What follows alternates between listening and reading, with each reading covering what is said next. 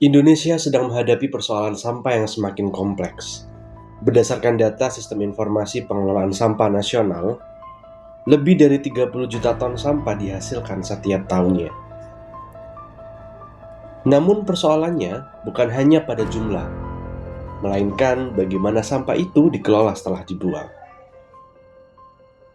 Pemirsa, Kementerian Lingkungan Hidup menetapkan batas akhir bagi pemerintah provinsi, kabupaten, dan kota di seluruh Indonesia untuk menghentikan praktik pengelolaan sampah secara open dumping. Menteri Lingkungan Hidup, Kepala BPLH, Bapak Hanif Faisal Nurofi.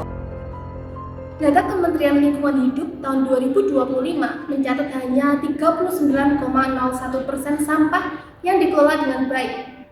Sementara 21,85% masih ditimbun di TPA secara terbuka. Padahal, Undang-Undang Nomor 18 Tahun 2008 sudah mewajibkan penutupan seluruh TPA yang masih menggunakan sistem open dumping. Open dumping adalah sistem pembuangan sampah yang hanya dibuang dan ditumpuk begitu saja di sebuah lahan terbuka tanpa ada pengolahan teknis lebih lanjut. Kami menempuh perjalanan dari Surabaya ke Mojokerto sekitar 2 jam. Kenapa TPA Randegan? Dengan luas sekitar 6 hektar, TPA ini menjadi satu-satunya pusat pembuangan akhir di kota Mojokerto, yang setiap harinya menerima sekitar 60 hingga 70 ton sampah. Aprilnya 4, jam tengahnya 5, Tosa 3, Tosa yang masuk loh ya, yang kesini 3, itu punyanya DLH saja ya.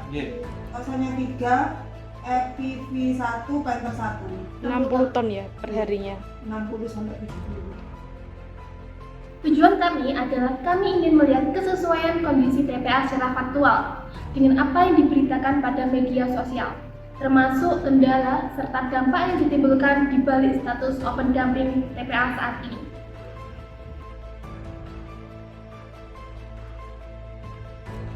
TPA Randegan saat ini menghadapi tantangan terkait standarisasi pengelolaan.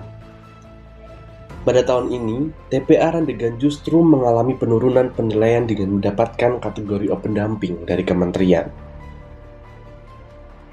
Ya, ini kan status berdasarkan penilaian dari kementerian, gitu. Jadi memang tidak hanya kami, dari 400 lebih TPA yang diawasi, 350 sekian itu masih dikategorikan open dumping. Jadi kalau kriteria open dumping itu penutupan tanahnya kan 3 sampai 5 hari sekali atau maksimal 1 minggu sekali harus ditutup. Nah, di kami ini memang belum bisa untuk yang 3 atau sampai 5 hari sekali untuk penutupan tanahnya. Jadi kami masih di 1 sampai 2 minggu sekali karena ini tergantung anggaran, Mas. Jadi karena anggaran yang terbatas, akhirnya bisanya itu di penutupan itu bisanya satu. Keterbatasan anggaran tidak hanya berdampak pada pengurukan sampah, tetapi juga pada potensi pengolahan yang ada. Salah satunya adalah pengolahan sampah menjadi gas metana, yang dulu pengolahan ini sempat dilakukan oleh pemerintah setempat. Kemudian hasil pengolah menjadi gas yang akan didistribusikan ke 50 kepala keluarga sekitar. Namun, kini pengelolaan tersebut sempat terhenti hingga sekarang. Belum bisa kita manfaatkan. Ya sementara ini ya gas metanya itu memang perlu dibenahi. Tantangannya itu. Nggih.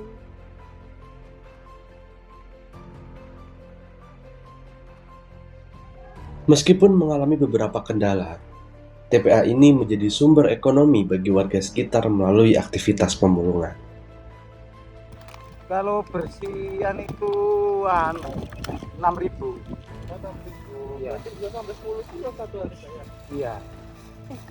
Satu kresek gini? Iya. Satu karung gini ya? Satu karung dan kan pupuknya di sana. Oh. Setelah melihat kendala teknis internal, kami pun mencoba berbincang dengan warga sekitar. Ternyata masalah utama yang paling sering dirasakan adalah terkait bau.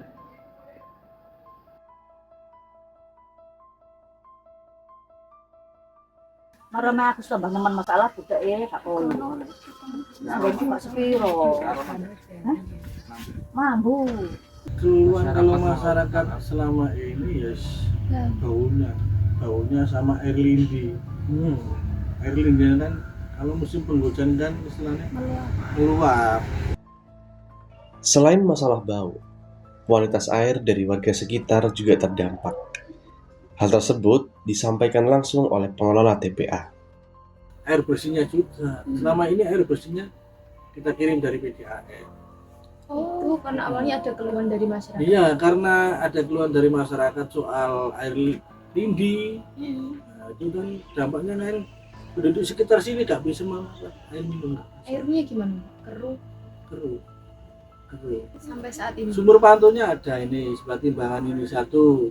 Terus di luar juga ada, di belakang pos jaga ada, satunya diambil sama air linden juga. Berarti kondisi airnya sampai saat ini masih keruh. Masih keruh. Sampai saat ini untuk warga kita kirim dari PPA. Setiap berapa kali? 1 minggu tak berapa kali betul. Dan sekitar sini kan tapi untuk gas metanya belum bisa dimanfaatkan.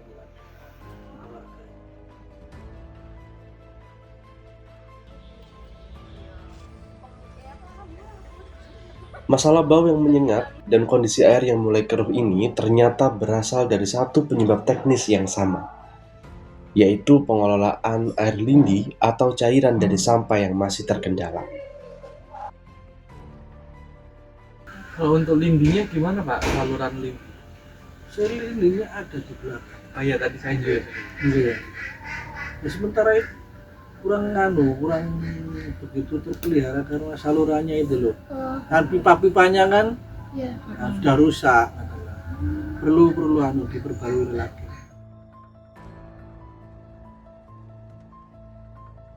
Di tengah berbagai kendala, upaya perbaikan tetap dilakukan.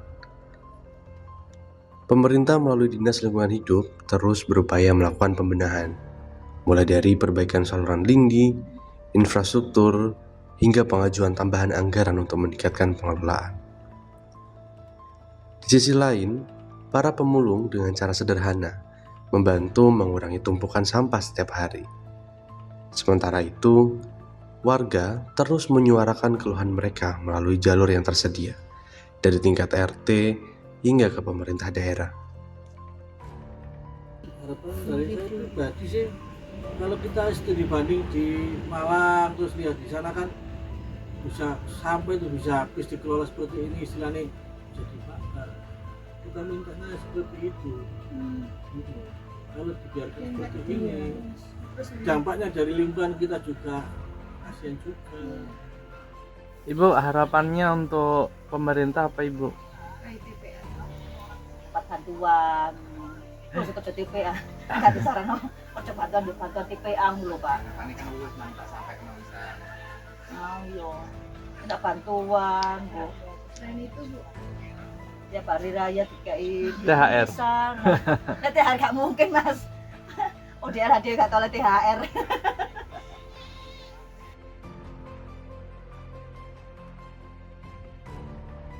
TPA Randegan mencerminkan tantangan tata kelola sampah kita saat ini, antara volume yang meluap, keterbatasan anggaran, hingga dampak bagi warga sekitar. Namun, ini bukanlah akhir, melainkan alarm untuk perbaikan infrastruktur dan manajemen yang lebih baik lagi.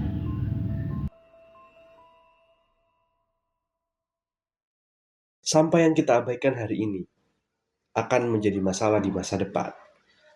Sudah saatnya kita lebih peduli, karena lingkungan yang kita jaga hari ini adalah masa depan yang kita wariskan.